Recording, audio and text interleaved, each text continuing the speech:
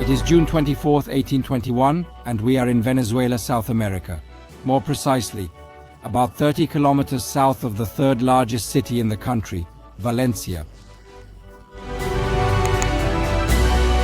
This is where one of the greatest battles in local history will take place. On one side is the Spanish army, desperately trying to hold on to the remnants of a once vast colonial dominion in Latin America, and on the other side are the troops led by Simón Bolívar, a man who has earned the nickname El Libertador, meaning the Liberator, and who has been leading fight for independence of Venezuela and all the surrounding countries for more than a decade.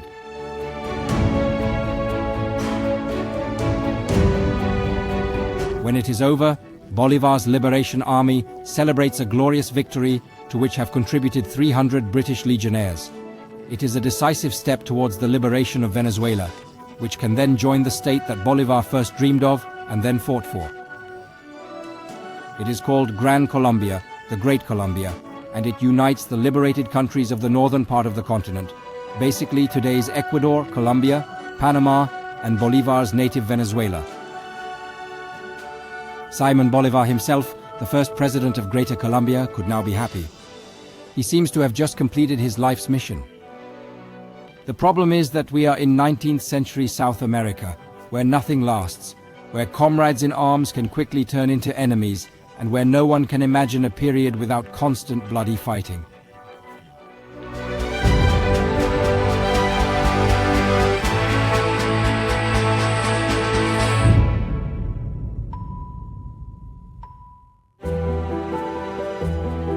Simón Bolívar was born in 1783 in the capital of present-day Venezuela, Caracas, into a wealthy Spanish family.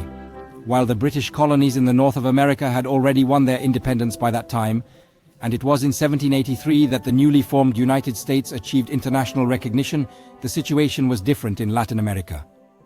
The whole territory, with the exception of Brazil and a few other exceptions, belonged to the Spanish crown and was divided into 4 viceroyalties. New Spain with Mexico and most of Central America, Peru, under which Chile was included, La Plata in the south of the continent, and finally New Granada in the north. It was there that Bolívar was born and where our story will take place.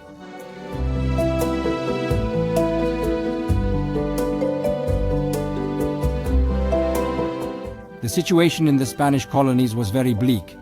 European Spain was squeezing them as hard as it could. All exports had to go only to Spain. Trade with anyone else, including trade between the colonies themselves, was forbidden, settlers were heavily taxed, civil liberties were minimal. There was no educational system, printing and importation of books was forbidden with few exceptions, no travel was allowed under penalty of death without special royal permission, and there was an inquisition with the ability to investigate, imprison and burn those who might wish to deviate from the only right way. Bolívar's family was quite wealthy. His ancestors came from the Basque country and were high local officials. But Simón himself did not have a happy childhood. His father died at the age of 3, his mother at 9, so his greatest influence was his black nanny, Hipólita, and his teacher, the philosopher Simón Rodriguez. It was from him that Bolívar apparently first heard the ideas of liberating the colonies. At the age of 16, Simón leaves for Madrid to complete his education. He moves in high circles, has access to the court, but above all, he falls in love. His chosen one, María Teresa del Toro, is 3 years older and, like him, comes from a wealthy Caracas family. They will marry in 1802 when Bolívar is 18, and then they return back home. But the very next January, María Teresa dies of yellow fever.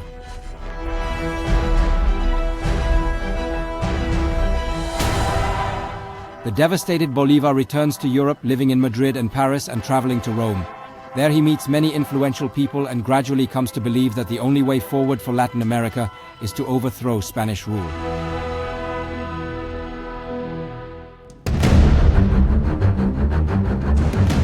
Events in Europe are playing into these efforts. After his successful campaign in Spain, Napoleon Bonaparte forces Spanish King Ferdinand to abdicate and installs his brother Joseph in his place. When this news reaches colonies, it causes a massive shake-up. Local elites do not accept the new king and take advantage of the situation to take control. Across Latin America, so-called juntas emerged that are formally loyal to the deposed King Ferdinand, but begin to do things their own way. But Bolívar and other revolutionaries feel this is not enough. They want complete independence. Bolívar therefore allies himself with Francisco Miranda, a man 3 decades older, who had previously fought in the American War of Independence and then in the French Revolution. He is dreaming of Latin American liberation, and he was the leader of the first unsuccessful attempts to do so. But now, with Bolívar's support, he is finally behind the creation of an independent Venezuela.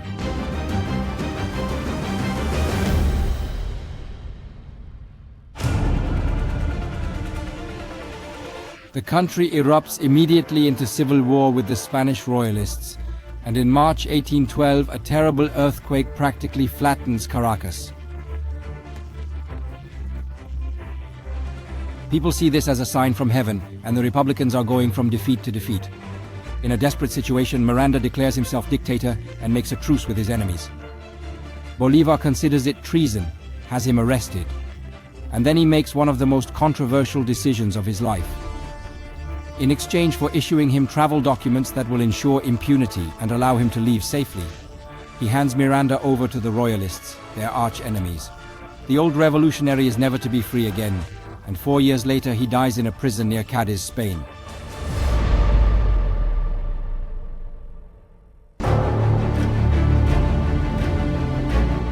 Bolívar himself continues the war. Compared to the European wars of the time, it is characterized by extreme cruelty and by the constant reversals and betrayals among the revolutionaries arising from their personal ambitions.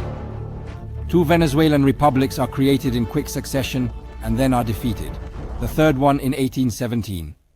A good idea of how the liberation of the colonies was carried out can be given by the so-called Proclamation of War and Death, which Bolívar signed, effectively giving permission to kill anyone who did not actively support the revolutionaries. He wanted to compensate for the violence committed against them by the other side.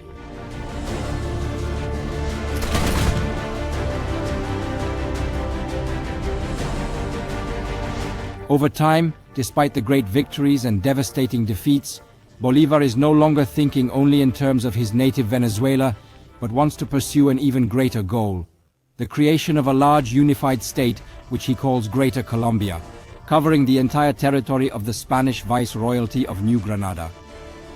For that, he decides to embark on his greatest military mission ever. With his army, he crosses the flooded plains below the eastern spurs of the Andes in the rainy season, and then, under unimaginable suffering, climbs mountain passes that reach almost 4,000 meters.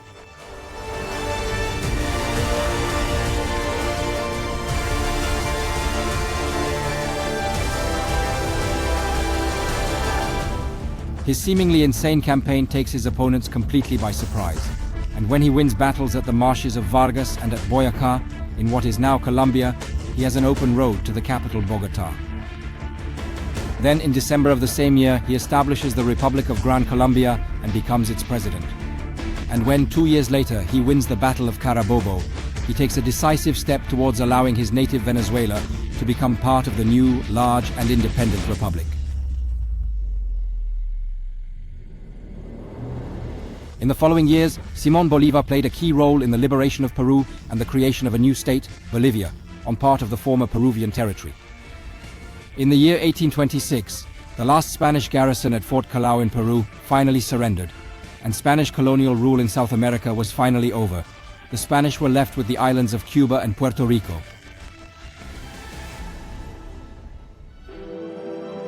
The new Latin American states were also recognized internationally, and in 1826, Bolívar called a large conference in Panama to try to persuade them all to form a confederation. However, he failed utterly. As so many times before, the personal ambitions of individual leaders prevailed. The growing jealousy over the position that Bolívar had built up also played an important role. Opposition to Bolívar and his idea of a centrally controlled Greater Colombia continued to grow. Things came so far that in August 1828, Simón Bolívar, always an avowed liberal, declared himself President Libertador and declared himself dictator. Just a month later, thanks to his mistress Manuela Sáenz, he escaped an assassination attempt orchestrated by his longtime allies.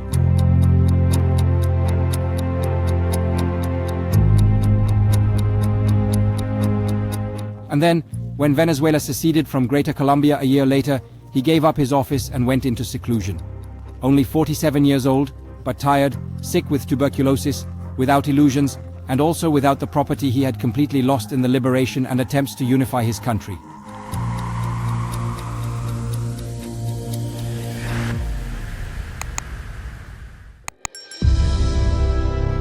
In the year 1830, he accepts the invitation of the Spanish Marquis Joaquin de Mir to go to his hacienda in Santa Marta, in present-day Colombia.